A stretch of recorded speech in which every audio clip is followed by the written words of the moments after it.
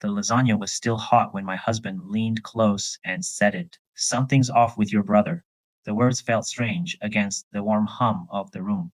Candles flickered over polished china, garlic and pine scent mixing with the smoke of the fireplace.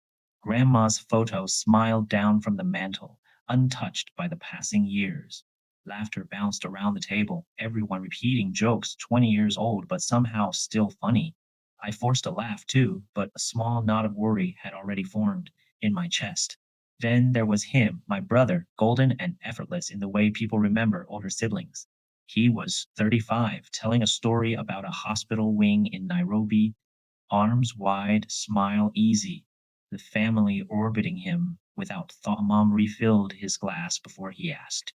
Dad chuckled at something he said, and the room leaned in. It was normal, too normal, and I felt a quiet panic, as if the warmth of the room could melt away the truth I might uncover.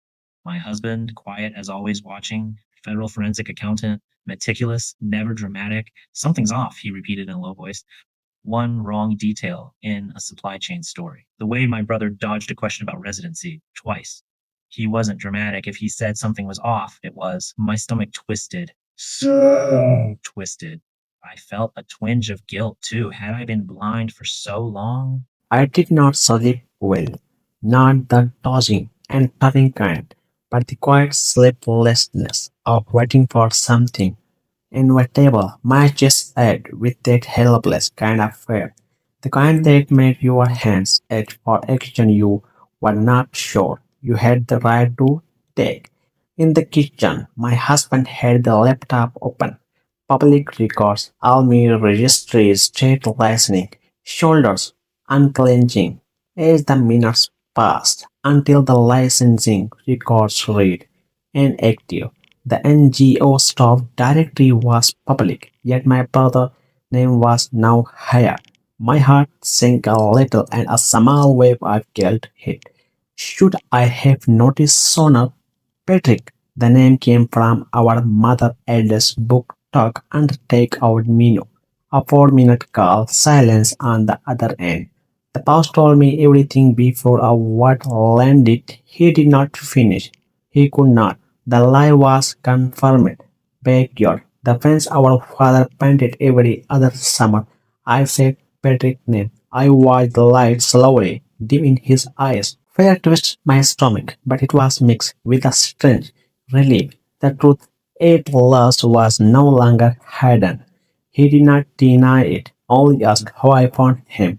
Then the story poured out, leaving second year of med school, afraid to face it. The lie growing every year. Our father had worked weekend shift at a hardware store to pay for school. I whispered to myself, how do you tell a man who did that? And I realized my guilt was not just about him, it was about the years I have assumed everything was fine. Tomorrow he would tell them, or I would. He asked quietly, will you be there? I nodded. Relief was there, faint but real. Christmas morning came without fanfare. Father was already at the table with the newspaper, the same way he always was, ordinary grounding. I felt my chest loosen a title, as if the normal rhythm of the house was ready to carry us through the storm of truth. My brother folded his hand like that, voice steady but breaking twice. He told them everything. 12 years of hiding, of pretending. I watched the relief in his eyes as he spoke, and mine grief too. The weight of suspicion of unasked question finally lifting. Mother's eyes were wide but calm. Father's response was not worry. I needed you to be honest with me, he said, voice heavy with years of unspoken understanding. He stayed through January, helping around the house, enrolling in a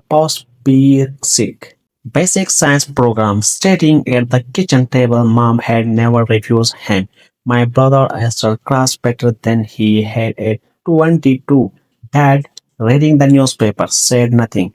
Then the corner of his mouth lifted. I felt a quiet pride too, and a soft relief that maybe the family could move forward together. The lesson settled quietly in the room. The people we protected, with silence or not totally protected. He made himself less knowable so the family could be proud. But pride built on a lie is hard to hold. Only honestly gives real connection, real love. If any part of this sat with you, take a breath. Tonight, ask yourself what truth in your own life is waiting to be real. Feel the tension, face it. It literally follow.